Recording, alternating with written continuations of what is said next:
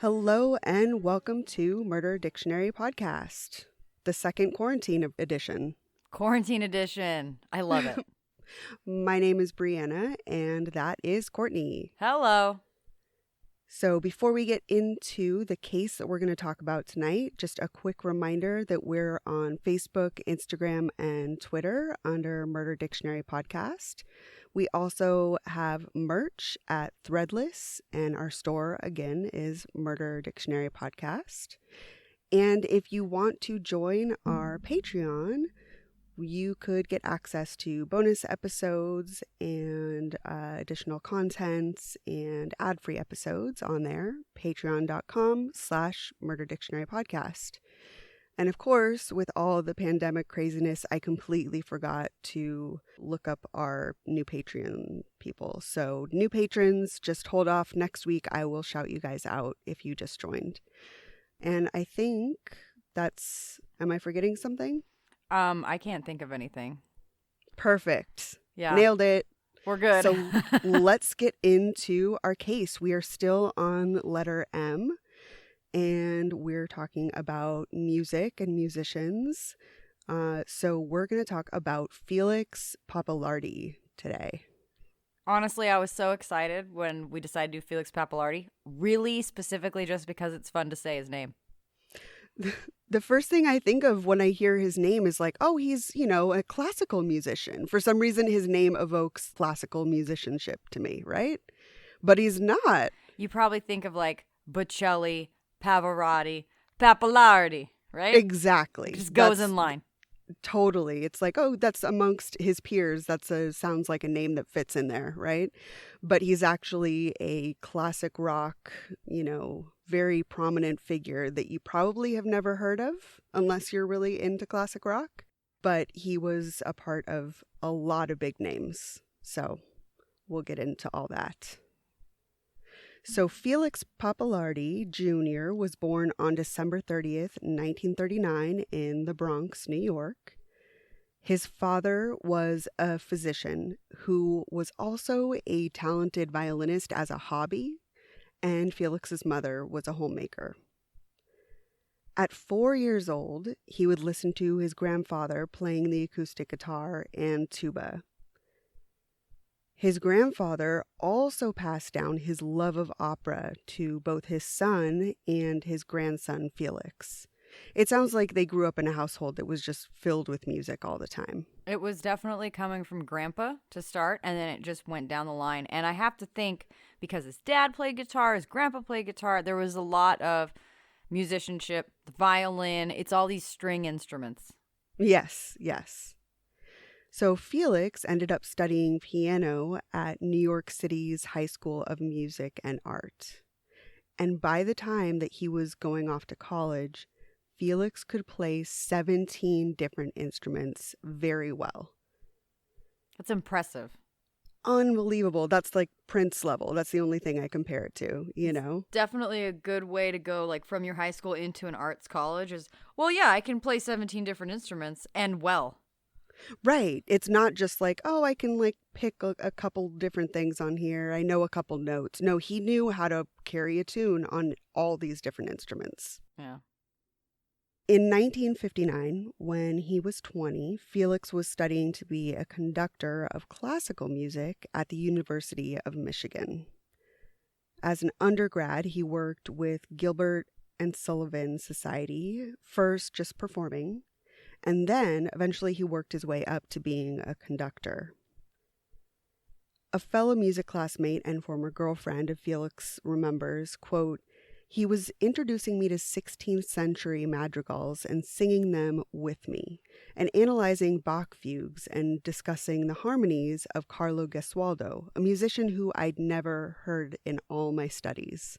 Now. But if you listen to Murder Dictionary Podcast, you know that we just talked about Carlo Gesualdo. I was shocked when I'm reading along and it just says 16th century madrigals were his thing. I was like, wait a minute. What? And then you keep reading, and of course, it's the, Renaissance, just the guy. I mean, Who's the It's guy? Carlo. Who's the guy? Carlo He's Carlo. Gesualdo. Carlo's the guy. I'm like, who would even be equated to Carlo? Carlo's the guy. So it's just really funny that, he's somehow related to studying him. We just did this. Right. We just talked about Carlo very recently. So you'll remember that if you listen regularly to the episodes. And it's so crazy that he was a Carlo Gesualdo fan, clearly. I would never have understood what they meant had I not known, like just a couple weeks ago. It's just interesting how, sometimes you would know and then a week later you wouldn't know. I don't know why that's interesting to me. No, I get that. Just like recent knowledge that's acquired. And then all of a sudden, once you hear it once, it comes into your consciousness and you hear it other places. Anywhere we go that. from now on, when I hear that Baroque music, I'm just going to, oh my God, Carlos Gesualdo. Yep. Trivial Pursuit stuff. So supposedly this girlfriend, Felix asked her to marry him, but she said that she couldn't accept his proposal because she realized that she'd never be able to compete with his first love, which of course was music. I don't know about that. Yeah, there's something about it that makes me think either she did not really love him that much, or, it was just kind of an excuse to get out of it. Yeah. Or that she thought there were other problems and it was easy to blame the music. Way easy. So in 1962, Felix dropped out of college and enlisted in the Army Reserves, where he became a talented marksman. After he was discharged in 1964, he returned to New York, hoping to get a position in one of the many orchestras in New York. He toured for a while with a ragtime revival band and also played Baroque and Renaissance lute music, but was not really finding a good gig as a conductor like he'd been hoping for. He gravitated to the Greenwich Village scene and the music of the 1960s, so he ended up arranging and producing music for the local folk artists. He worked with Joan Baez, Cass Elliot, the Youngbloods, Richie Havens, John Sebastian, and many others. So he was associated with really big name local artists, people that, were household names at around this time, It's, to me, I was thinking about this, that he seems like he's very gifted at arranging and conducting and just, putting the music in an order that is pleasing to the ear. And it's interesting, too, because you listen to, like, the madrigals and things like that, and sometimes the way they put things together doesn't sound like it's going to work, but then the voices all come together, and it's beautiful, and you would never think that. And I think that he's just able to translate, his knowledge of music in general. Going back to the 16th century, this is how it works. And he just takes, like, a formula and kind of changes it around, and it's successful. Like, whether you're a songwriter with a guitar, whether you're a rock band, whether you're, just singing with your just vocals. He's very good at knowing what goes where. Yes, absolutely. Like his skills really shine in the writing and arranging process. That's where he really stands out. And so if he may not be necessarily a star on his own, he may not necessarily be that person that's like, oh yeah, I'm going to start a band and be a rock star. He's really good at taking these artists that have really great skill sets, like, putting Joan Baez's vocals or like Mama Cass's vocals together to make them sound the best that they can. Because he understands music theory and arranging and really how to like use that kind of science of music to make things sound perfect, Totally. So Felix, by this point, could play almost any instrument, from the ukulele to the Mexican guitarrón, and he was skilled at arranging any style.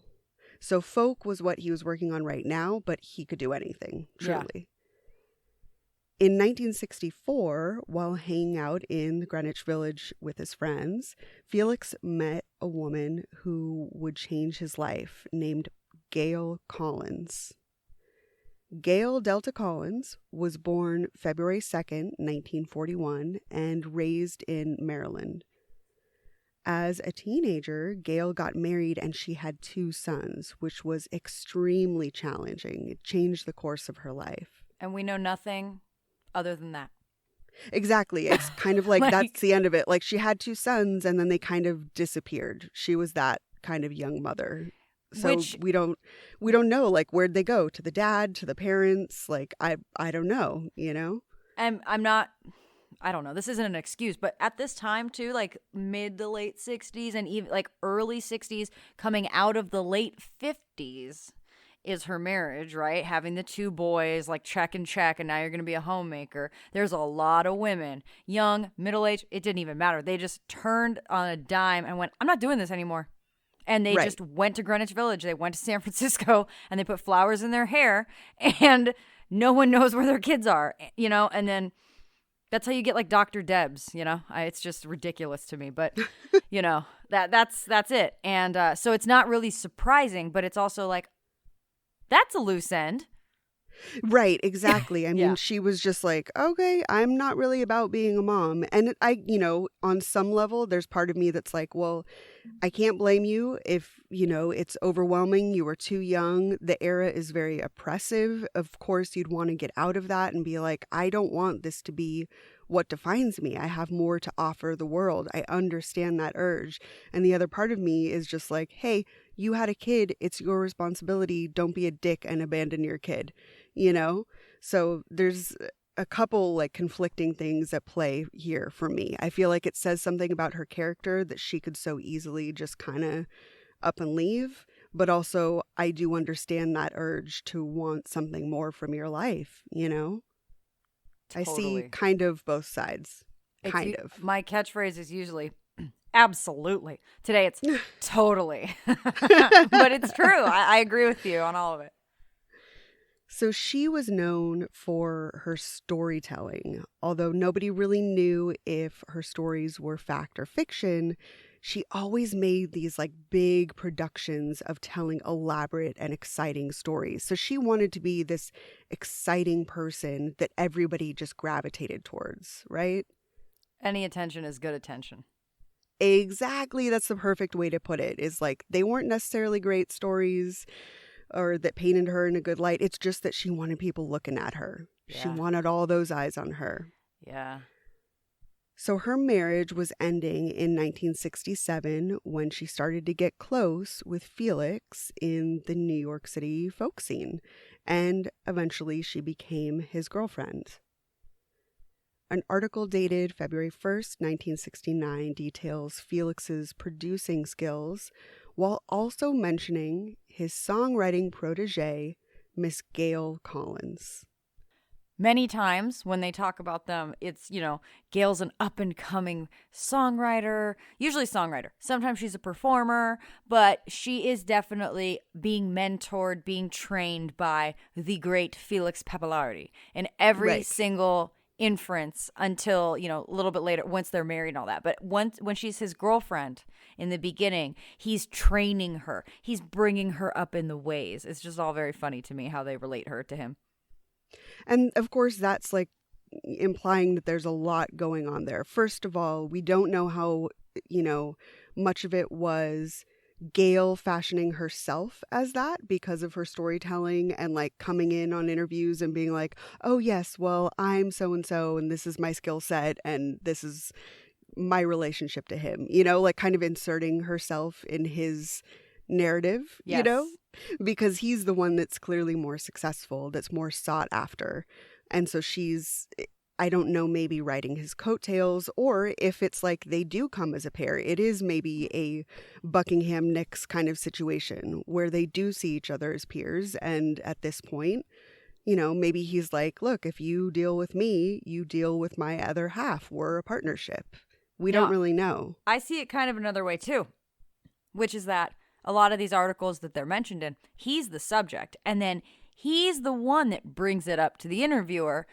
And it's, you don't know whether it's Gail in the background going, you better tell him about me too. Or it's him going, hey, I got this project, you know, she's really good. Like if he really did just believe in her that much that he's promoting her as well. We don't know. Anyway, Right. they But come also, as a does package. he believe in her so much because she's such this like dynamic figure? You know what I mean? Like people can fall in love with people for very different reasons. It Yes. could like be true love. It could be that she's just this big, grand, like she's not necessarily a rock star, but this person that makes herself be that dynamic and like a cult leader, right? Yeah. You get what I'm saying? Like that's Yeah. kind of what I'm getting at is like, I think that she had some skills, and I think, of course, that she was talented in her own right. But part of that talent was just kind of reeling people in and making people believe in her, including Felix. Yes.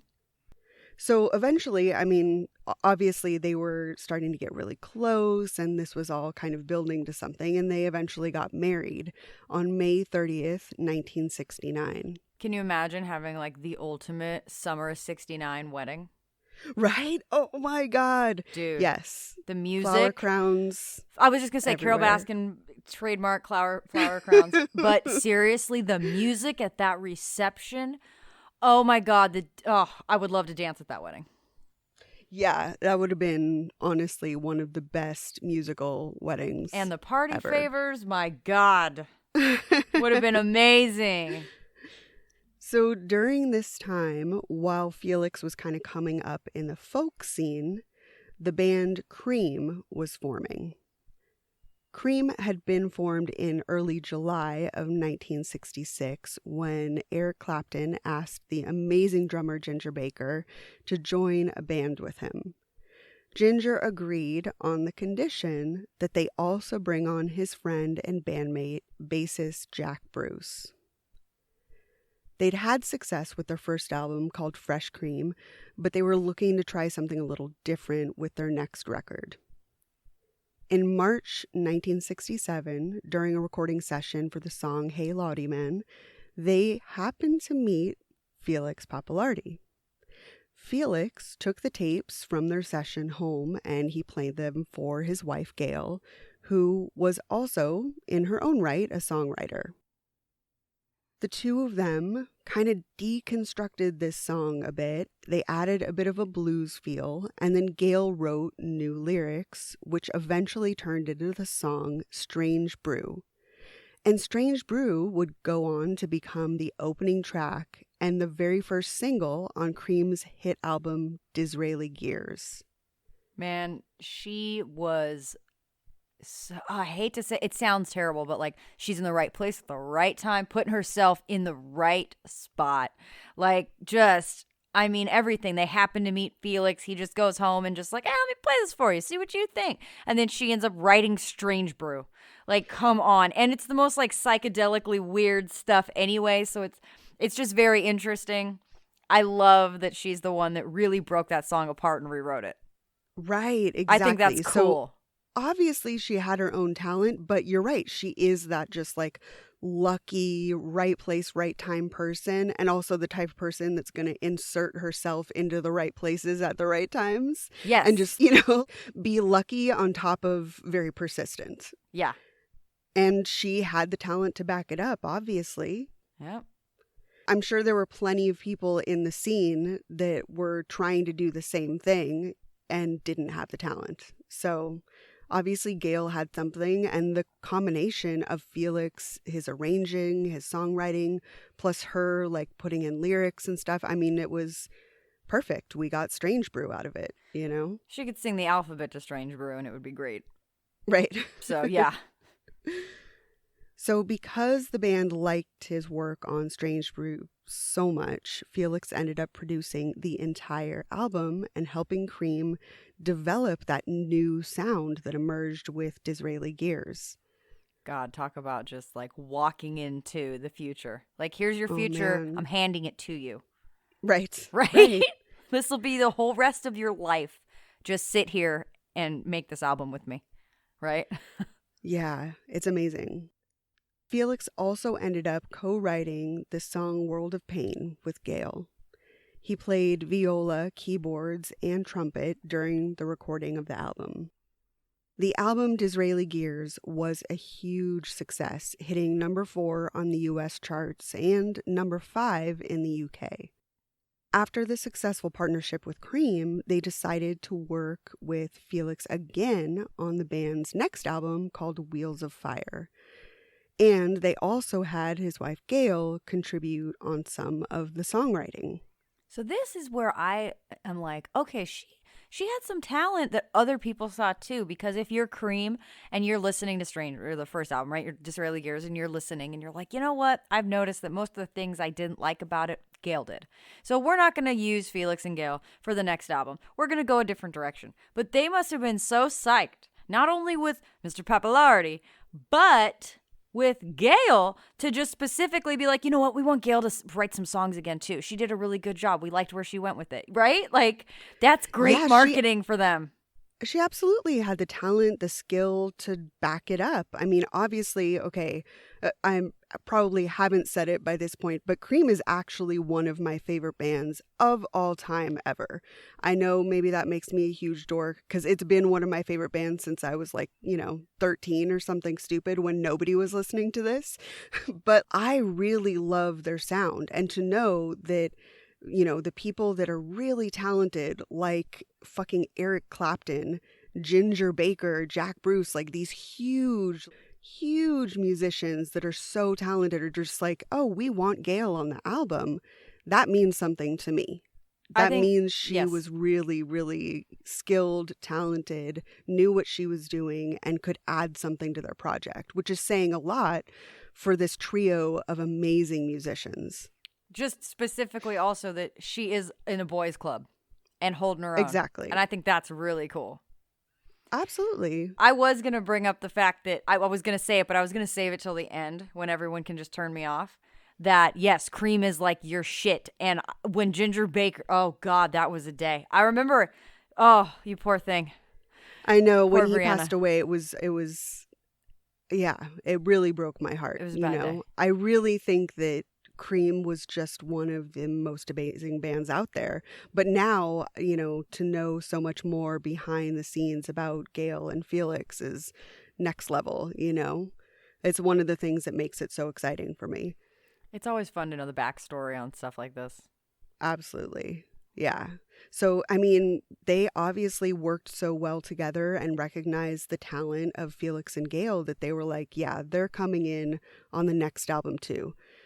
So Wheels of Fire featured the songs White Room and the classic live performance Crossroads, which made the album kind of the semi-live thing, which was something very different for the time. Nobody was really doing that.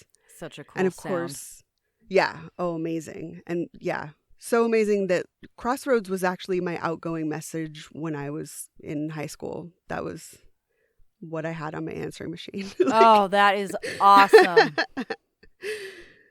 So it went to number 3 in the UK, and it was number 1 in the US. And it also became the very first double album to go platinum.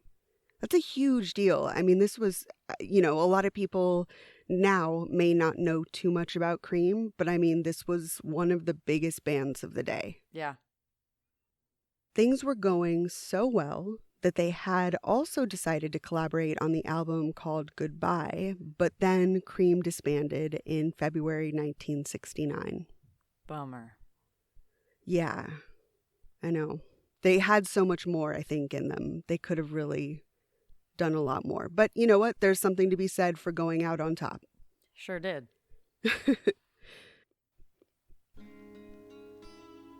Now more than ever, I really can't get through my day without my earbuds in to keep my mind occupied and positive. While clocking all this extra time listening, I've been poking around Audible and discovering how much more they have to offer than just their huge selection of audiobooks. You can get news from the Washington Post and New York Times, riveting storytelling from their Audible originals, and even relaxing guided meditations. One of the most awesome things that Audible is doing right now to support their listeners during this difficult time is they've started a separate free website at stories.audible.com where you can listen to everything from kids' bedtime stories to classic Shakespeare and even Harry Potter for free. Lately, I've been listening to The Night Fire by Michael Connelly because I honestly just can't get enough of hearing about Detective Bosch solving cold cases. I also highly recommend the Audible original Call Me God about the DC sniper investigation. Since I enjoy listening to Audible so much, I'm so glad that we get to offer our listeners a 30-day free trial if you go to audible.com/mdpod. I really can't recommend Audible enough, especially right now, when we could all use some entertaining stories and engaging stress relief. If you've been thinking about signing up, now is the perfect time to get access to thousands of audiobooks, plus news outlets, Audible originals, and relaxing guided meditations. Just go to audible.com/mdpod to get 30 days for free. So Felix was asked to produce an album for The Vagrants, where he met guitarist and musician Leslie West. Felix and Leslie started the band Mountain, with Leslie as the frontman and Felix on bass, and the two dove into writing songs. Their most easily recognized song was the epic called Mississippi Queen. And if you're not hearing it inside your head and screaming Mississippi Queen, I don't know if I can relate to you, because that's iconic. Right? It's so good. Mississippi Queen! It's so good. You know what I mean. All I can hear is Guitar Hero. Right. Absolutely. So during the recording of this song, Felix insisted on multiple takes. He was a perfectionist, obviously. He was an opera and, classical music. Like, that is something we know. They're always very, it's the craft. Right. So drummer Corky Lang was tired, so he started using a cowbell to count off the song. And Felix liked it so much that he kept it, which created the instantly recognizable intro to the song, which is very cowbell heavy. It could have been used in that Will Ferrell sketch. It's that recognizable. Definitely. Yes, 100% could have been. It'd be Blue Oyster Cult and Mountain. Yep. They played their fourth gig in August of 1969 at fucking Woodstock, following the Grateful Dead. It's amazing. You just don't. That's crazy to me. I mean, that's a gift. The fourth time that you're actually playing together, and the Grateful Dead is, you're not like the opener at a Grateful Dead local concert. You're on Woodstock following them. That's absolutely insane. Yes. So Felix produced Mountain's first album, and he played nearly every instrument, which gave him the extreme control, which really was only seen at the time in people like Brian Wilson or Jimmy Page. Gail was also an integral part of Mountain, writing most of their lyrics and painting artwork for the band. Her art is spectacular. I actually didn't look it up, but I mean, I believe it. It's very, she's it's somehow just talented at a lot of things. It's a lot of bright colors and like psychedelia and, the sky and the blues and the trees and the mountain and the water. And it's cool. Like, she's got some really cool artwork. She did a lot of album covers for the 60s and 70s. I'll have to look that up. Yeah, because, I imagine her being that person that's really into psychedelia and, has an eye for that sort of colorful, outdoorsy kind of hippie shit. What? It's kind of like Bob Ross paintings with bright colors. If you go camping and take mushrooms. There it is. Acid and mushrooms, yes. It's oranges and pinks and purples and blues and yellows, but it's a Bob Ross painting. That's my description. Like a combination between Bob Ross and the cover of Disraeli Gears. Bob Roscoe's Gales. No, that's exactly what it is. It's like I think it's the Mountain album covers that she painted, but that Strange Brew single cover and the cover too, it's very reminiscent of Gale style. Got it. Yeah. I can envision it. I'll definitely look it up. So with this blues foundation, he layered pop music structure and funky bass lines, creating the signature classic rock sound. In March of 1970, they released their first album called Climbing, which got to number 17 on the US charts. And it's important to point out, they're playing Woodstock before their first album was even out. So that's crazy to me. That they were placed on the trajectory. Everybody knew that they were these up-and-comers. Yeah, they were going to be good. And then Felix's sound, like, he really just created that classic rock sound. That produced, the sound. Right. What we come to identify as this, classic radio. Yes. They are remembered as one of the highlights of the Atlanta Pop Festival in July 1970. An interview from 1971, Felix admitted that his relationship with Gail was tempestuous, but they really worked well together on music. Felix said, quote, "Me and my old lady fight, but never about music. That's always straight ahead." It's probably why they were always working together, is because right, they're they like, can get along. That's the only part of our relationship that really works. Yeah. During the last years of Mountain, Felix said that he had begun to suffer hearing loss due to exposure to extreme volume standing in front of the amp stacks at their live shows. And Mountain had always tried to be, quote, the world's loudest rock band. And Felix, at this point, had been paying the price for that. The band had a tumultuous dynamic, especially once the money from albums and performances began rolling in, so the success started to change each of the band members.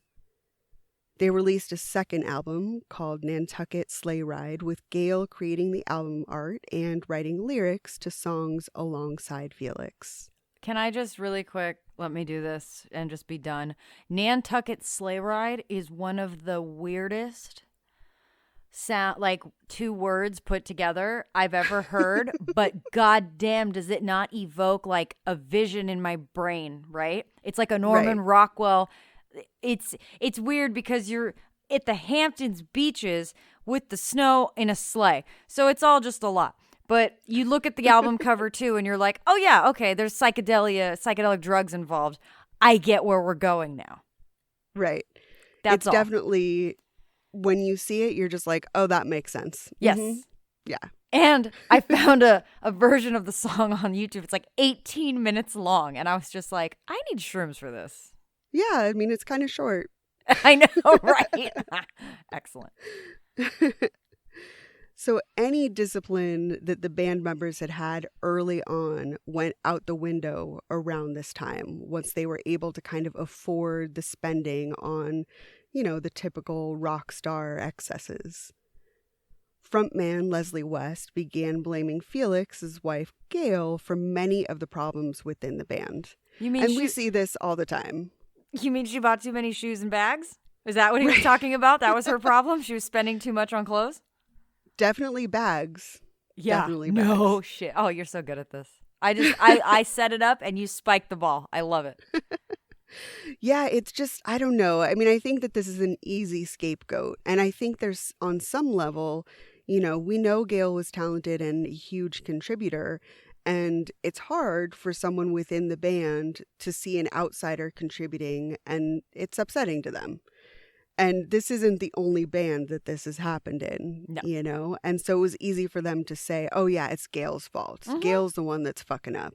But really, I mean, we all know it was drugs and infighting that really caused the kind of riffs that we see in these classic rock bands. Yes.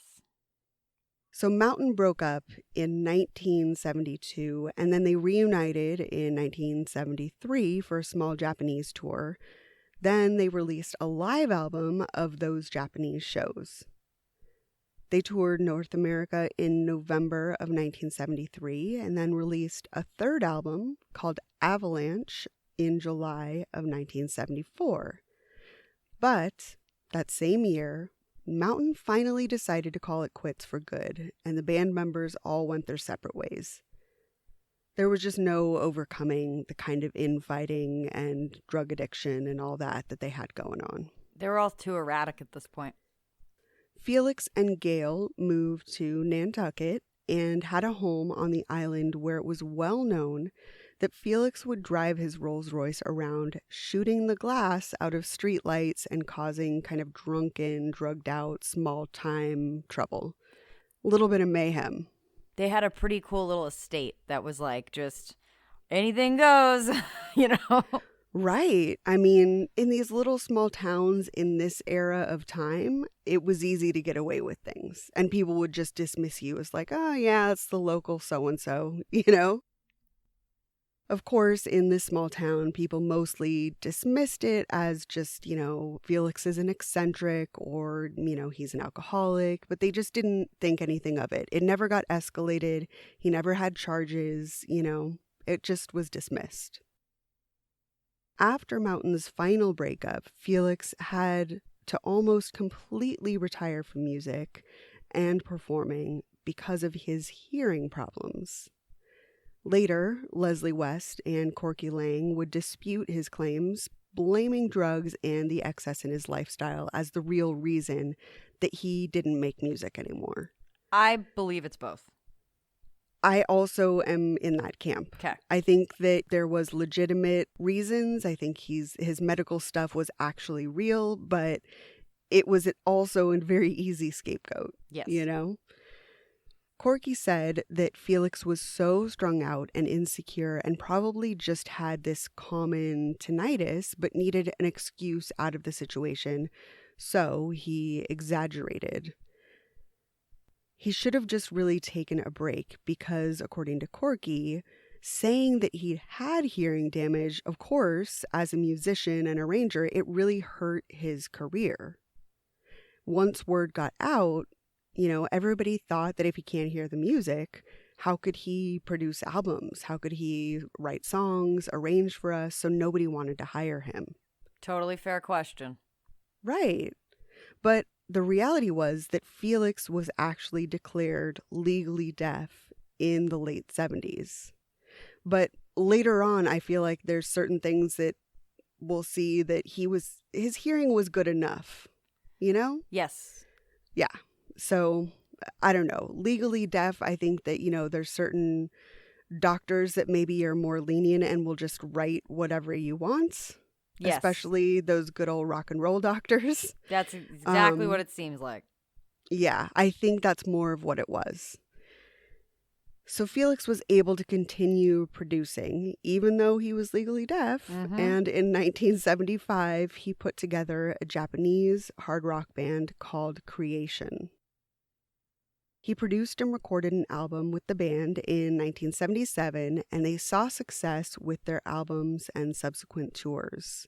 Because when Mountain had gone to Japan to do that one album and that live album and tour and stuff, he became really well known in Japan because there weren't a lot of rock bands. And so he was like putting together Japanese rock bands. So he had this crazy, huge Japanese following, and he went with it, which is really smart. Some people don't see the, oh, hey, here's a good opportunity with this audience. He did. Right. There was an untapped market that he saw.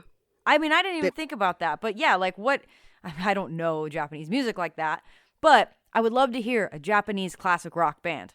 And I feel, This is also the time, I mean, like, for example, the Runaways went to Japan and had a similar experience where, like, they were shocked that they were huge in Japan because there were a lot of kids that were looking for rock bands and they didn't really have as many and didn't have the kind of success in Japan. So they looked to, the US and the UK and tried to listen to what they were making, So these bands would find out, oh shit, like I'm going to Japan and all of a sudden I had this huge audience that I never thought existed, So he definitely saw the potential in that, in creating his own bands and business and growing that audience. He also had time to work on solo projects. In 1979, he released his first solo album called Don't Worry Ma, which ventured deeper into funk and reggae than anything else that he'd previously worked on. He was also writing a Broadway play with Gail that was a perpetual work in progress. I would And love I can to know. envision these writing sessions because, of course, they're drug fueled and they're just sitting there constantly tweaking these songs on this huge production that's just always a work in progress because, of course, drugs and crazy infighting with their relationship, it's just not ever going to get off the ground. I would love to read a draft of that. Right? What did they come up with? Would it make any sense? We'll never know. In the early 80s, Leslie West and Corky Lang resurrected their band Mountain on their own, and they froze Felix out and played the shows just as a duo. Yeah. Yeah, that was very hard. It's a dark time for a lot of musicians that just like the fighting ruined their band and then the band goes on without them. Yeah, you know? but then also there's this part of it where Corky Lang was super vocal about the hearing thing. Like, this is going to hurt your career. How can anyone trust you? This and this and that. And Leslie would always say, you know, like it was way worse with Gail than he made it, and that Felix had way more problems than he had let on. So I think that they probably used the hearing thing and the you know, the conflict, but Corky is so out there about, oh, he can't hear, how can he produce, how can he do anything if he can't hear, that I think that's the easy way to freeze him out. And I have a feeling that that was a lot of it, and also like why he, you know, he had been declared deaf in the 70s, and in the 80s they're like, okay, early 80s, we're going out, you know, and so it'd be really easy to be like, but you're deaf, Felix, you can't do this. Right. Or just to tell him, like, it's going to hurt you more because you're already deaf. You can't, you know, like, it's not safe for you. And maybe use that excuse with him. But then in the press, just remind the press, like, oh, he's got these issues, blah, blah, blah. Exactly. Like, they're not the bad guys. Exactly. Yeah. It really gave them the opportunity to use it against him. Yes. In Felix's personal life, things were like kind of a bit all over the place. There were, of course, a lot of drugs, and although Felix isn't very well known now, at the time, he was known as the kind of rock star that was wild and out of control with drugs, even by 70s rock star standards. That's a hard like cross to bear. You're one of the top ones. That's the thing is, I mean, he's not huge enough now to where people know him as a household name, but of the time, people knew him as this kind of tragic rock figure, right? You know, I mean, we see these all the time where, you know, in the press, like, oh, well, so-and-so's been arrested again, or so-and-so overdosed, or, you know, I mean, these really sad tales. And at the time, in his day, Felix was that tragic figure. Yeah. Everybody knew that he was kind of off the rails. You know, there was word of mouth in the music community, and people kind of knew what was going on with Felix. It's kind of like DMX for a while there. I mean, there's example after example, and that's perfect one. I mean, people are just kind of like, something's not right. Yeah, you know? He's mopping at a Waffle House 30 minutes after he's been released from something, and then like 2 weeks later, I'm just gonna take some time for myself, and then he's in prison, and then you know, it's just like the saga of the story, and that is exactly where Felix was. It was just like a story. Currently in the saga of DMX, I just saw an article about how he grows orchids. And he found peace in like just growing flowers. Stop. I'm not kidding. I will send you the article. Oh, please do. I have to tell everyone I know. Oh my God. You know what though? That makes perfect sense. And good for him for finding some peace, because the reason he was always out of control is because he was just not peaceful. I love this for him.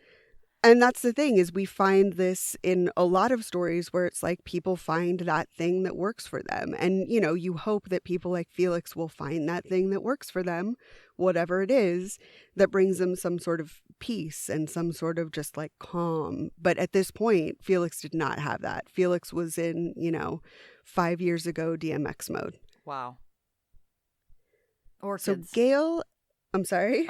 Orchids. Okay. Yeah. Next.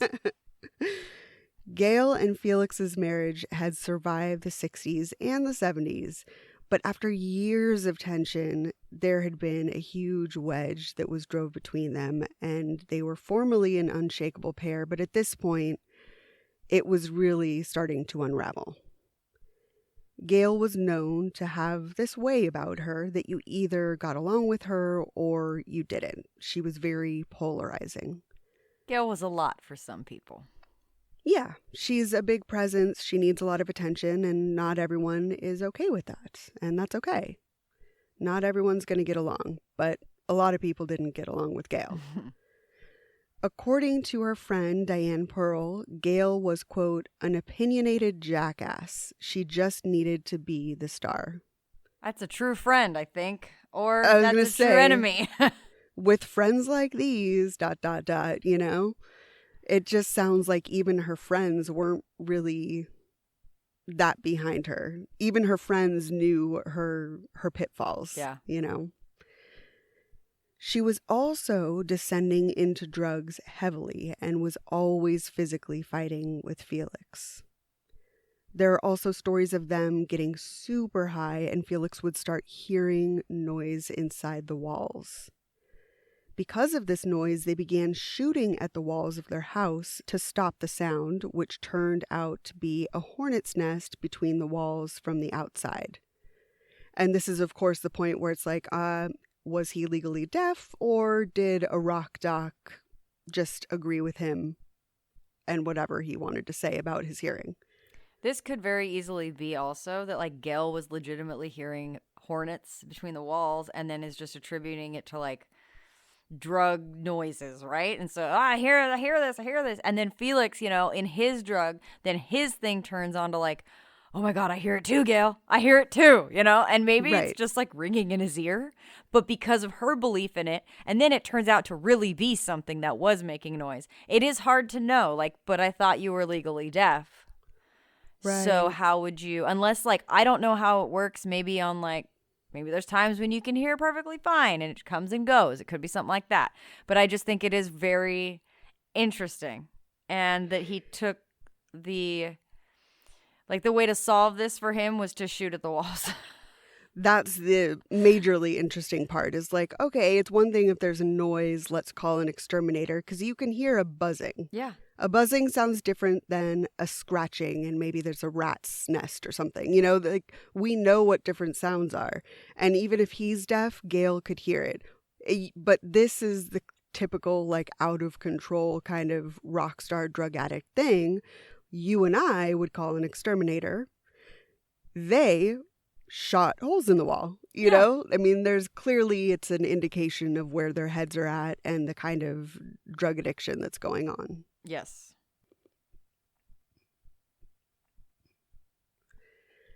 So Corky said that in 1982, Felix tried to regroup Mountain with Gail in the band this time, but he wouldn't agree to it because he believed that she was evil. Interesting. Yeah, that's a big word. Yeah. That's a lot. So Felix was always fucking various women, and he and Gail had an open marriage during most of the 70s, which was widely known to many people since they often had threesomes and invited a lot of other people to join in. It was, I think, sounds like it was just kind of this, they're at parties, they meet people. It was word spreading around because they asked so many people to join them that everybody knew that their relationship was open. Yeah, I don't think it was a problem. Like, really, I mean, you know, until it was a problem. But I don't think it was an issue for them really much like it would be, let's say, for me or you in a relationship. Like, it just seems like even their relationship was kind of bored out, you know, free love, peace, you know what I mean? Like all of this. This is of the time as well. And then, you know, they don't even really seem to like each other, but we're still married. Let's fuck. Oh, it's boring. Let's bring someone else in. You're cool with that? All right, awesome. Then let's just, whatever, we'll stay together then. You know, and I don't know if this is a very, like, you know, is this empowering? Is this not? I'm not sure. Right. But I think that as long as they both know what's going on, I mean, shit, sow your own poison, right? Well, I think that, you know, whatever people do, I'm the kind of person where I'm just like, I don't judge. People can do whatever they want in their relationship and in their sex lives with whoever they want to. It's just none of my goddamn business. But if one person has a problem with it and the other person is reluctant, that's where the trouble comes in. Yes. I think if everybody's on board, it's absolutely okay. If there's open communication and honesty, that's good. Perfect. The trouble is always when someone is dishonest, you know? And so I don't know if, you know, one of them came onto it reluctantly. I don't know if everybody was on board, and it is definitely, like you said, of the era. I think it's very free love. I think it's very 70s rock star. So there's all these components that make it very like a blurred kind of fuzzy area where it's like, well, we're all just having fun. But at the end of the day, a decade, 2 decades, 3 decades later, you know, I mean, that's a long time to still be doing the free love thing. And at some point, you know, maybe one of them decided it's just not working for them. That seems to be how it started to feel at this point, is just like, it's too much. Along with the drugs, you know, adding all these other people into it, it, you know, drove a wedge between them, I think. Yeah, it was fine with everything. It was cool. It was great until it wasn't. And who knows whether that was Gail with some different man or woman, Felix was some different man or woman, or maybe one of them was like, let's say they did a bunch of drugs and then they would have these orgies, right? Well, maybe like someone wasn't necessarily trying to do as many drugs as often, and now they're like, hey, I don't really like this. And, you know, just something probably shifted or changed, and it just wasn't exactly the same. And somebody's just thinking differently here. And who knows who it was? Who even cares? Because I'm sure that over the last 10 years of this, it gets tiring. It's fun, it's exciting, and now he can't hear me, and he's shooting holes in the wall, and there are hornets here, and now he wants me to, like, fuck this, all this shit, and I just want to, like, lay here in a bathrobe. Or maybe she just wants to do drugs alone. Maybe that's it. Right. Maybe she don't even want Felix right. She's just like, you know what, I just want to do my shit by myself, and he keeps bringing people for me to have sex with. It could be something so out of there that we can't even think of it. But it's like, I don't give a shit what you do, as long as everybody's cool with it. And obviously, somebody wasn't anymore. Right. There's no problem with it happening in the first place, but it just seems like it deteriorated and it was no longer okay. And that definitely like hit a peak at this point where Felix began having an affair with the daughter of a friend, 27-year-old Valerie Marians. So, I mean, I think that there was, up until a point, it was okay. And maybe just knowing that he had started this very outside affair, it was no longer orgies, it was no longer threesomes, it was no longer Gail being in the loop, at least with some honesty and communication. Now he's sneaking around and clearly has feelings for someone. That's the point where it's like, oh, this is officially not okay anymore for Gail. So, and we don't know what led up, like you said, to this whole thing. Gail could have had an affair with a man and he was like, well, if it's okay for her, I'm going to go see this girl. You know, we don't know. And there's obviously drugs, all sorts of craziness involved here. They're shooting at the walls, like you said. I mean, we don't know what happened. But eventually, the big thing that became the hugest rift in their relationship was this affair with Valerie that clearly meant a lot more to Felix than any previous woman had, you know? Yep. So Valerie had grown up in a very sexually abusive home before being sent to a boarding school at 14. Then she ran away at 16 to live on the streets of Manhattan.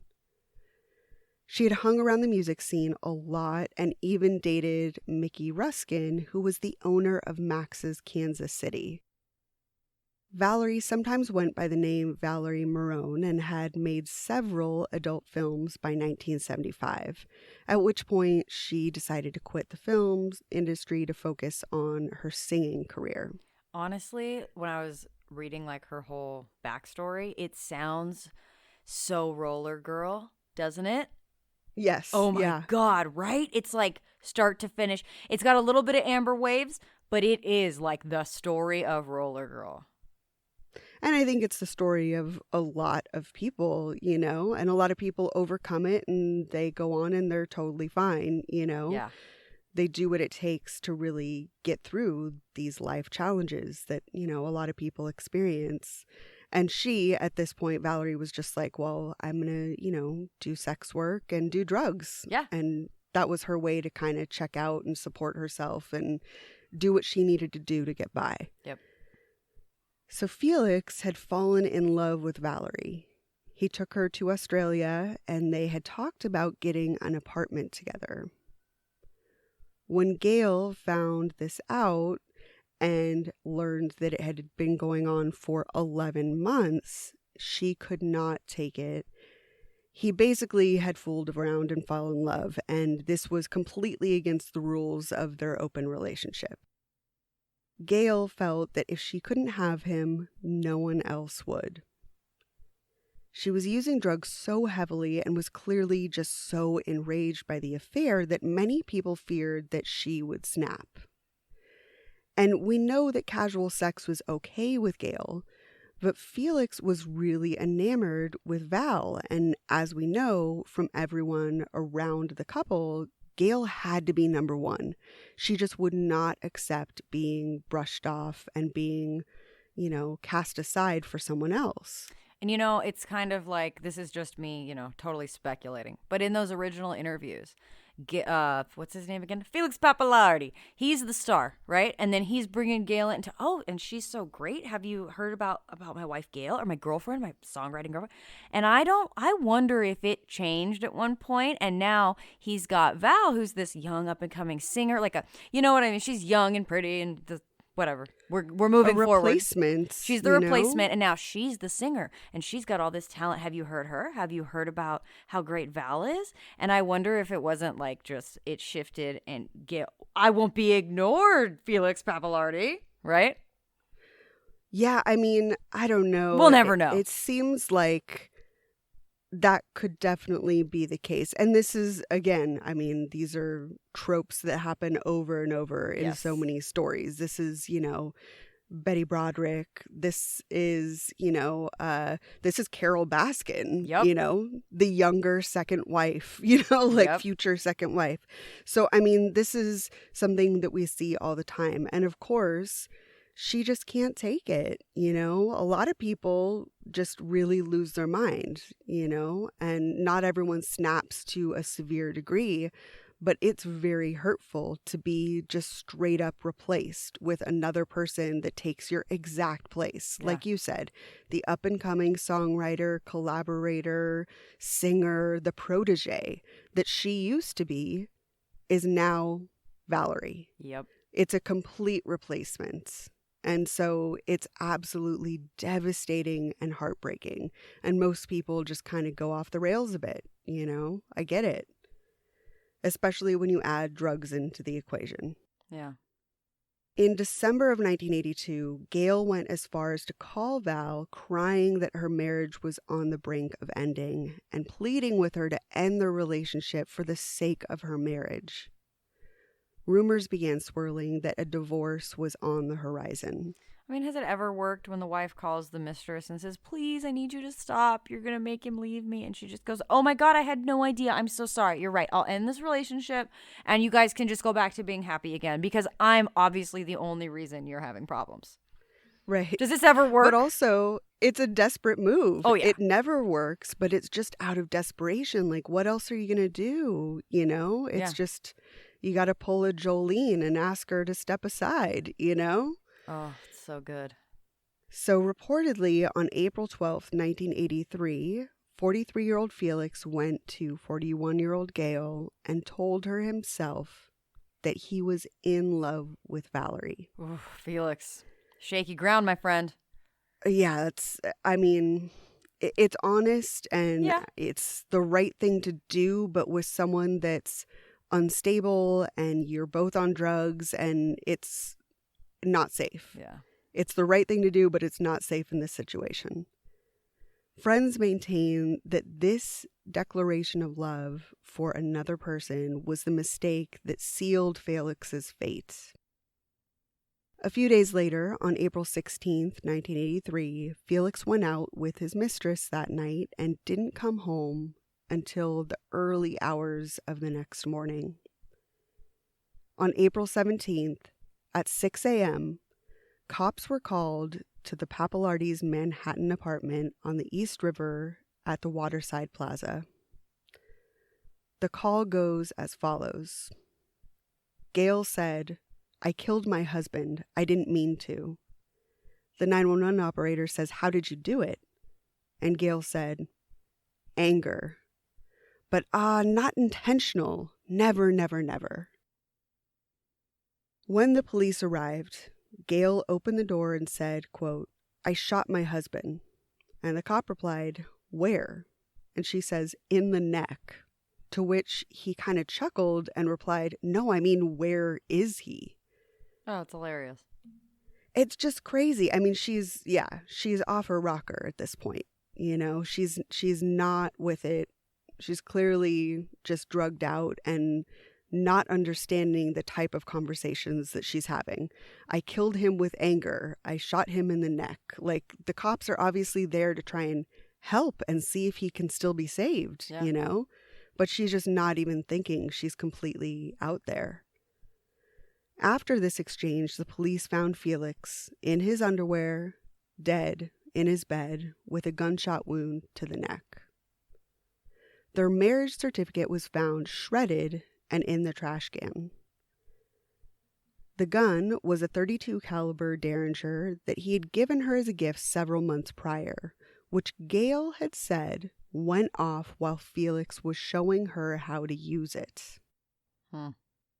Gail said that during the gun lesson, they'd begun to argue, and Gail admitted that the fight was over Felix's mistress. She told them that she accidentally shot him in the neck, which killed him. Detectives found out that immediately after the shooting, Gail had called her attorney instead of the police. Of course, the lawyer advised her that she should call the police so that they could get medical help to her dying husband. And who knows if the time that was lost making this extra call could have saved his life. Yeah. We'll never know. Gail was arrested and charged with possession of a firearm and second-degree murder. You know that this was like 37 years ago, 2 days ago, right? It's the almost anniversary. It was, 2 days ago. So it's like 31 years now. I mean, 38. I have the words. I don't have the numbers. Math. I shouldn't even try. Math is hard. I don't even know why I tried. I'm the one that's like, you mean 1 out of 10 is 10%? I'm sorry. Continue. After she'd been arrested, Gail called Felix's business partner, Bud Prager, and asked him if he wanted to buy her shares of the publishing for the songs that she'd written for Cream in exchange for $25,000, because she wanted to use that money to make bail, which, of course, enraged people that she would try and make money off of Felix's murder. I don't think she sees it that way. She just strictly... I don't think it's something she owns. This is her work. This isn't making money off Felix's death. This is, I put in hard work and wrote these songs. I'm putting this up for collateral. I doubt it even occurs to her how this looks. Gail don't give a fuck how things look. No self-awareness. No, not at all. This is I can get out of jail. It's just about self-serving, selfishness. Yes. I mean, that's it. Yes. Allegedly, a blood test was done on Gail after the murder, and there were what amounted to be 40 Percodan in her system. And Percodan is a combination. It's not as big of a drug nowadays, but it's actually just aspirin and oxycodone. So I mean, that's heavy. 40 pills of painkillers. That's so much Percodan in your system. I mean, how you're functional. This is a long-term addiction problem where she can still like make a sentence. For example, I need 25 grand for the, like, that she can even, call her attorney, call anyone. Remember a phone number at this point is kind of impressive. She's conscious. It absolutely speaks to the level of their addiction. Yes. When she can take that many pills and operate a gun, make phone calls, know who to call. Yes. I mean, that's absolutely insane how much drugs were in her system. Yeah. Felix was buried next to his mother at Woodlawn Cemetery in the Bronx, New York. Everyone believed that she had killed him in a jealous rage. Felix's family members said that they knew Gail was going to kill him, quote, no matter what, that it was, quote, just in her head. Neighbors testified that they'd heard loud arguing in the apartment the night before the shooting. When on the stand, the prosecutor tried to hand the gun to her, which caused her to dramatically wince and exclaim, quote, I can't touch that. I can't. Oh, jeez. She was really playing up this victim role. Yeah. She was really trying to get people sympathetic. Gail testified that they were both in the bedroom. She was looking in a drawer for something, but later she said that she came out of the room with the gun and asked Felix, what the hell is this? But she also said that they were in the room together. I mean, she was just back and forth saying all sorts of stuff that never lined up. No. She testified that he was trying to help familiarize her with the gun when maybe she heard a sound that startled her, and then she realized that she just shot Felix. Gail said after the shooting, she, quote, couldn't remember my own name at that point. So she kept kind of pushing this thing that she basically blacked out when it happened. Yeah. And that's why her stories never match. Right. During her testimony, she also explained that there was a cat in the room and theorized that maybe it had jumped on her and startled her and the gun went off and she'd shot Felix. Huh. Gail also testified that even though the marriage certificate had previously been in a frame over their bed, somehow it had ended up shredded and put in the trash by accident. I'm sure a stranger came in and did that. It's just unreal. I mean, she's just everything that comes out of her mouth is just unbelievable. Mm-hmm.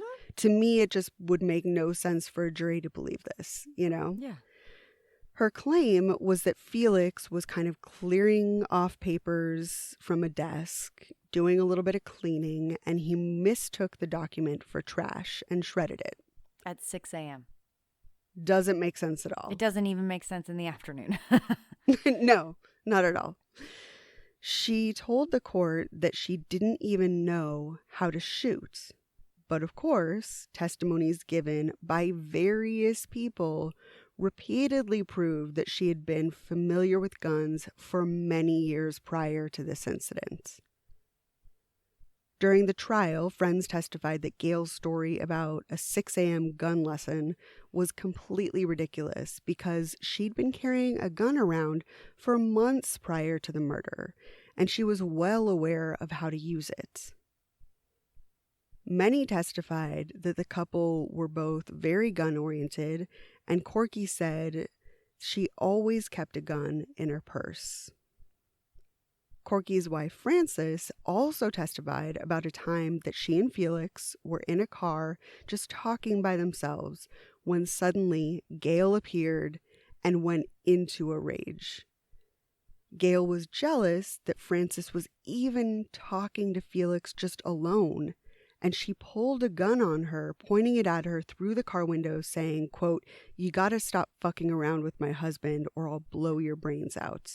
It's crazy how they were, she was cool with it, and like maybe at this point all she knows is that Felix has got a girlfriend that he cares about, or maybe like Frances had been in threesomes with them, she was with Corky. They've been together, like the Mountain as a group were together for years, and like they were all just peripheral characters in their lives, and then it's like all of a sudden she's just accusing her of like stop fucking my husband. It's like, but everybody fucks your husband. You know? And I think to me, it's just paranoia. Yes. That's what this all Drug sounds paranoia. like. Is like, I don't necessarily know if she and her husband had an open relationship, like if Corky and, Frances were involved in any of this, but just the mere idea of him being alone, talking to a woman was completely not okay with her by this point. Yeah. Which just tells you where their relationship was at. Where she, like you said, knew that there was some threat to their relationship, like he cared about another person, whether it was Val at this point or someone else. She started to feel that strain of he could leave me for someone else that he loves. Yeah. You know, I think that this had been going on for a while, deteriorating with drugs and everything, that she was paranoid about losing him, Yes. about being replaced, you know. And then when Val came on the scene, it was just done, you know, this is it. So she, just snapped. Yeah. But during all these testimonies, everybody's saying the very same things. You know, she knew how to use a gun. She was a jealous person. She was paranoid. Over and over again, we have witnesses testifying to the same exact thing, you know? Yeah. It was abundantly clear to everyone how Gail's own testimony also contradicted itself multiple times over, and even differed from her initial statement to police. So many assumed that it was just an open and shut case, that Gail had killed Felix in a jealous rage and was scrambling to just find an excuse that people would believe. A jury announced a verdict that shocked everyone in the courtroom. The jury determined that Felix's death was an accident. She was convicted of criminally negligent homicide instead of second-degree murder. The judge was visibly irritated with the jury and reprimanded them for being so gullible and falling for her story. It just seemed like to everybody other than the jury, they could see right through her, but the jury believed it. So nuts. What? Huh? It really just doesn't make sense to me how anyone could believe this was accidental. It really doesn't make sense. It's just a great tragedy that she got away with this pretty much, you know? So the judge made a point to remind them that she had called her attorney before 911, which meant she was looking out only for herself, and they'd fallen for her act. The judge sentenced her to the maximum that he could, which was only 4 years in prison. I mean, at least he's trying to do something, because there are some judges that would just be like, oh, it was ruled accidental. You can walk. Time served. But at least he tried to give her some sort of punishment. Yeah, but that was the most he could do. It's crazy. Yeah. That's just nothing for taking another life, you know? It just breaks my heart. Felix's family, friends, and bandmates have never forgiven Gail. Why would they? Please. Of course. I would never. I don't forgive Gail. Shit. And especially because I got to go here. But like, they were together for so long that you form relationships with like his cousin, for example, right? Like that cousin knew Gail and so he's upset because like he loved his cousin Felix. So there's all these, we always talk about the people that are hurt in these situations and like affected as well. And it's like, it's harder to forgive someone that you've been around for that long too, Like if you just come on the scene and like, oh yeah, she was kind of crazy. I knew she was she was a bitch, whatever. But if it's like you knew her for 25 years and watched The Descent and knew your cousin was, or you know what I mean? Like it's just, I think it's harder to accept, and therefore like there's not going to be any sort of closure or consolation. Yeah, I feel like when it's a brand new person that you don't know very well, there's a lot of shock, in the whole community of your loved ones. But then when it's someone that's been in your family, that married into your family, has been around for decades, the kind of trust that you build with them, because you're always around, you're doing things together, you're spending holidays together, like you're celebrating birthdays, and these years and years go by where you build trust. And the betrayal that happens when that spouse takes the life of your loved one, I mean, it just is so deeply affecting, because you trusted her. You believed that she had Felix's best interest in heart, because that was his wife. That was a person that you knew for decades. And I just can't imagine trying to get over that and move on, Yeah. mountain drummer Corky Lang said, quote, "Leslie sometimes compares Gail Collins to Yoko Ono, but she was far worse than that. She was a witch." That's a heavy statement. Those are Right. strong words. People calling her evil and a witch, and that one friend, I can't remember what she called her. But I mean, nobody has anything nice to say about Gail. Dude, they say she's worse than Yoko, and people fucking hate Yoko. Right? Right? That's saying a lot. Damn. Gail served 2 years of the 4-year sentence and was paroled in 1985.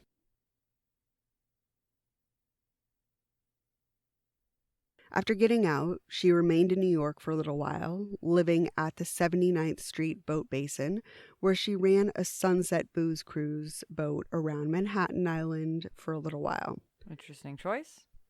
Right? Whatever. But I guess we've talked about boat people on here. Yes, it's a certain type of person. It seems like, Gail might be a boat person. That would kind of fit. Yeah. I see it. Boat people. A neighbor also living on a boat at the marina described her first introduction to Gail saying, quote, "She threw an empty vodka bottle in the air, which landed on the upper deck with a thud." And I just imagine, I don't know if anyone else watches Below Deck, but anytime that glass breaks, it's like a catastrophe because everybody walks around boats barefoot. So, someone's getting a cut on their foot, Oh, yeah. Glass is, the ultimate tragedy of boating. You know what else, too, is, at this point, I have, a visual in my brain of Gail. And she's Sal on Modern Family, the character that Elizabeth Banks plays that just shows up and ruins Cameron and Mitchell's time. She's so out of control. She parties too hard. She's the bitch that's going to throw an empty bottle of vodka on a boat. It is right. Everybody's having fun, yes, and being a little out of control. But then Gail's the one that breaks the glass in the middle of the boat. Gail there's levels to it. She's next level. Gail is the reason we can't have nice things. That's the way to put it. Yep. Yes, exactly. In 2016, that same neighbor said that she was going to be writing her memoirs, which would include an entire section about her time knowing Gail. But that book has never materialized, so we'll never know what she had to say. Oh, if we ever hear about it, we'll be reading it and I'll be letting you know. It's on the list. We'll do a whole follow-up. It's on definitely. the list. Gail left New York to live in San Francisco for a while before moving to Vancouver, Washington. But in 2005, she completely disappeared to Mexico. She went completely underground, and there were rumors that she'd committed suicide. So many people believe that Gail had possibly died in Southern California or Mexico. Later, it was found that Gail was actually alive, but she was living as a recluse and undergoing experimental cancer treatments in a town south of Guadalajara. Gail started going by her middle name, which was Delta, and very few people who actually knew her in the 2000s in this era actually knew anything about her life previous to living in Mexico. Clearly, she didn't want to talk about it. No, you run to Mexico for a reason. Right. Aside from cancer treatment. You're just disappearing. To escape your identity and who you are. The responsibility of what you've done. Exactly. She lived off of SSI plus about $500 a month in royalties from her songwriting, and also she owned a boutique where she sold jewelry and clothing that she had designed. It's like so many of these movies, I'm just going to retire and go to Greece and run a boutique, Right. Wait, she did that. Holy shit. I'm hoping one day that'll be me. Right? Everybody. One day I hope that you can say that about me. Oh, yeah, she's in Amsterdam. She just opened a little cafe. That's my dream. This is what I mean. That's me and Amos's retirement plan for sure. I'm just going to be in Oceanside running a... You're going to become a boat person? I'll be a boat person who runs a fabric store and a mask factory. That's my future. Oh, man. Yeah, it just seemed like she did that thing that we all have in the back of our mind of our version, I think everybody has, I don't know, maybe I'm projecting. No. But my opinion is everybody has that version of running away with the circus. Yes. You know, that's what I call it. We all have that thing of like, well, eventually one day I'm going to do this thing that I've always wanted to do, you know? And that was her. She's like, I'm going to Mexico. I'm going to design jewelry and clothes. That's me. I'm not going to talk about my past. Nobody knows me. I am a jewelry and clothing designer. The end. I've completely changed my opinion, and I believe that, yes, you're correct. I will be becoming a boat person, because then I can just get on my boat and go to Amsterdam and visit your cafe. Right. That's the thing. Yeah. Like, I kind of get boat people. I'm into it. It's like, you can go anywhere.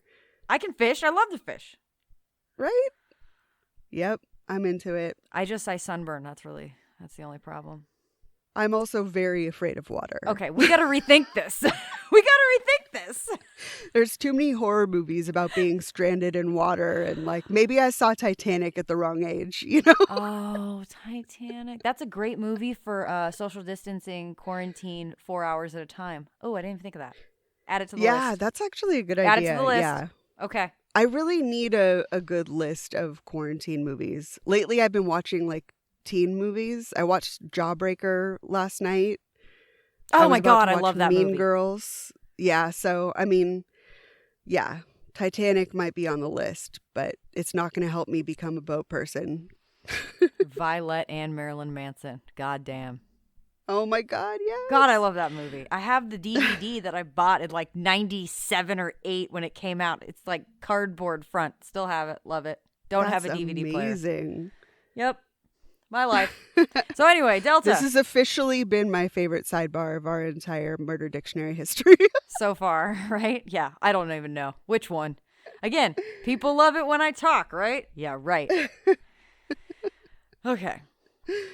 So even by this point, it was still impossible for Delta to get along with people. There was no such thing as her like calming down as she got older. She was clearly just as confrontational, just as polarizing as she was when she was younger. She had many disputes with her neighbors, which were often related to her cats who were spraying all over the neighborhood property. Gross. Yes, disgusting.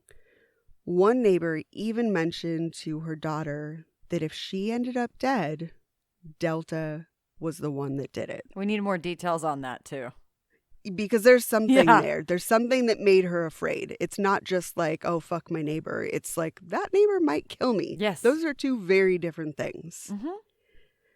On December 6, 2013, she was found dead in her apartment by her landlord.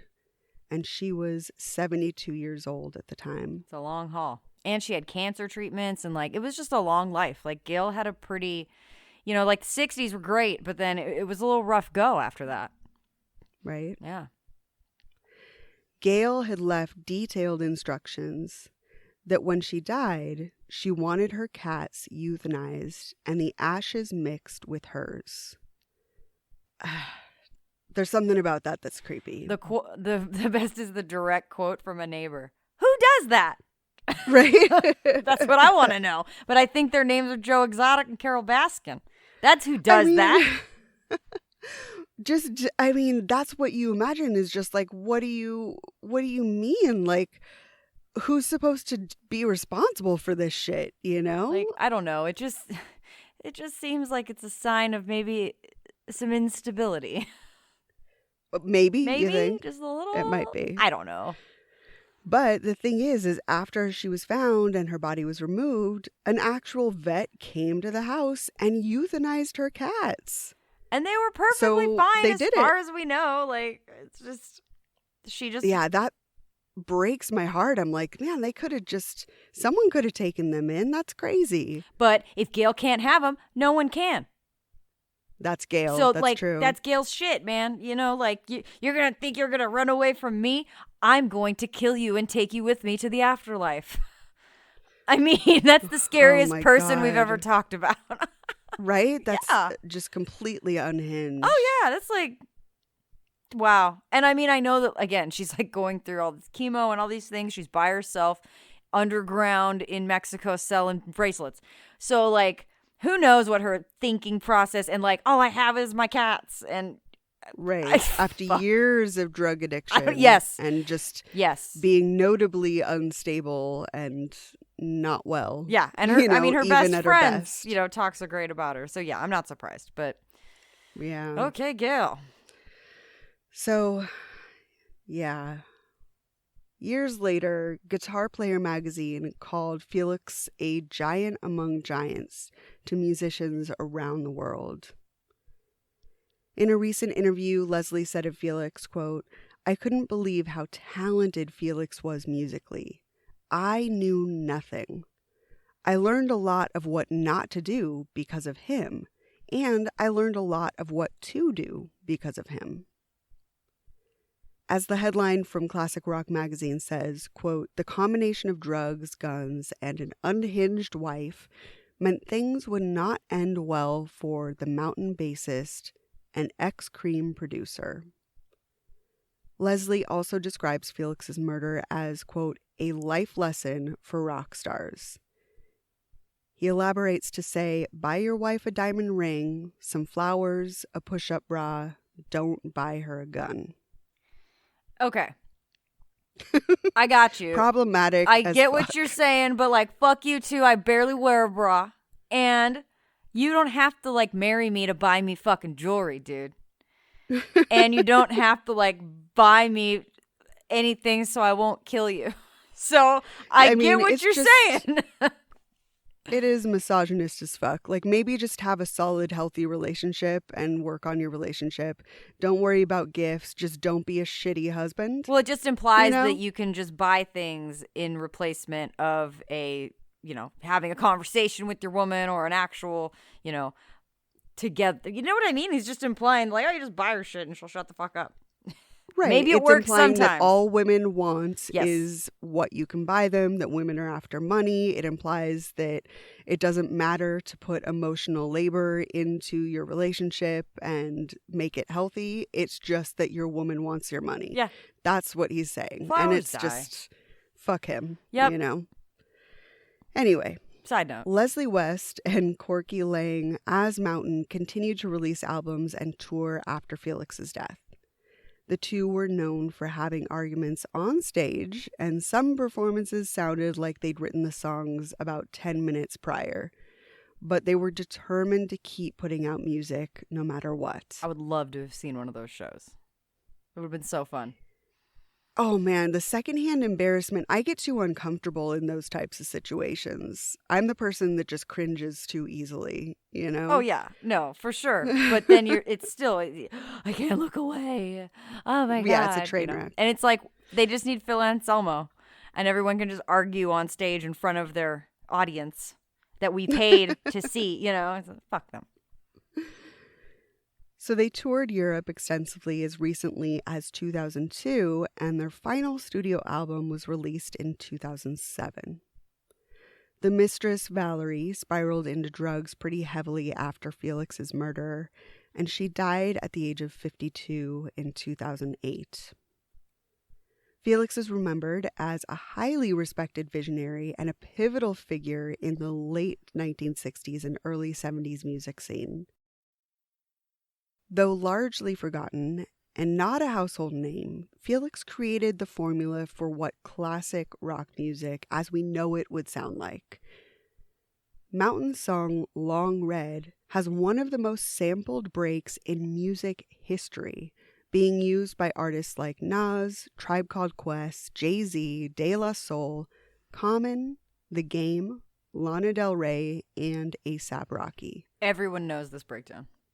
Every fucking one. I mean, that's a lot of people to use that same sample. It's a crazy testament to Felix's arrangement and just his ability to create sounds that, you know, are just so much more together than others. Like it's a full, like the way that it sounds, it's appealing to everyone. When you hear that sound, you're just like, oh damn, just like the cowbell in Mississippi Queen. It's so simple, but then the way it's put together with everything else, oh, it's just awesome. Yeah, I think that that's his skill. That's his real deep talent, is writing these songs that are instantly just catchy. Yeah. You know, and it may not necessarily be straight up pop music. I mean, this is rock, this is psychedelic. It's something that for some people can be hard to get into. It's just not their thing. But the way that he does it is with such skill that is just kind of universal, that you can recognize at bare minimum that it's a really, really solid song, you know? Ozzy Osbourne had a hit when he covered Mississippi Queen in 2005. Mississippi Queen also became known to an entirely new generation when it was included in Guitar Hero as one of the easy level songs. That's all I think of. When I hear it, it's like just I could do it all day. It's just the greatest song. Corky says that he's been working on a movie about Felix's life for many years. There have been 3 or 4 versions written, and it's reportedly called The Life and Death of Felix Boom Boom Pappalardi. He says that he'd taken the movie to NBC, and in the 90s, they'd kept asking, but how did Felix abuse her? You know, like Farrah Fawcett in The Burning Bed. How'd he make her snap? To which Corky said, nothing. She was just nuts. She was jealous. But they didn't want her to be the villain, and they just kept insisting in the film Felix would have to have these scenes portraying him as the abuser. That was of the time, 100%. That's all, you know. It was all the same Lifetime TV miniseries. It was sensational stories of women survivors. And I think, you know, on some level, I think those stories are really positive and productive for people, but you can't make this story that doesn't fit into that narrative fit in. You can't paint him as an abuser if he wasn't. Yeah. This wasn't an abuse story. This was a drug addict, out of control relationship kind of story, you know? Yeah. It was something different. It could be a really good movie, too. Abso-fucking-lutely. Just the music. I mean, I think it would be a great movie. And I didn't ever figure out why he was only sometimes by certain people referred to as Boom Boom. Right. I mean, there's a lot of things it could be, but... Yeah, in certain circles, you know, you have certain nicknames. Yeah. Whatevs. Exactly. So, Boom Boom. Don't know exactly, but, you know, cool. So that's the story of Felix Pappalardi. Yep. So much fun to say. Man, this was just really fascinating on so many levels. There was just so much build up to this because you could feel the tension right away, just from early on in the story, where we're hearing about his very first girlfriend that said, you know, he always put music first, and then coming into Gail, where she clearly had instability in their relationship. Like, the music was good, but the relationship was tumultuous. You know, I mean, I think there was tension just building through the entire case, through their entire life, you know, and it just culminated in eventually, you know, this free love thing was no longer okay, and all parties have to be okay with it for it to work. No, it definitely, it's just from the beginning, you can, it's like a trajectory of a rocket. It's just, it goes up and then it's just going straight down. Like, once. That's the word I was looking for. Like, you could feel the trajectory of it. Yeah. With the drugs and the sex, and that just, you know where it's going to go. Yeah.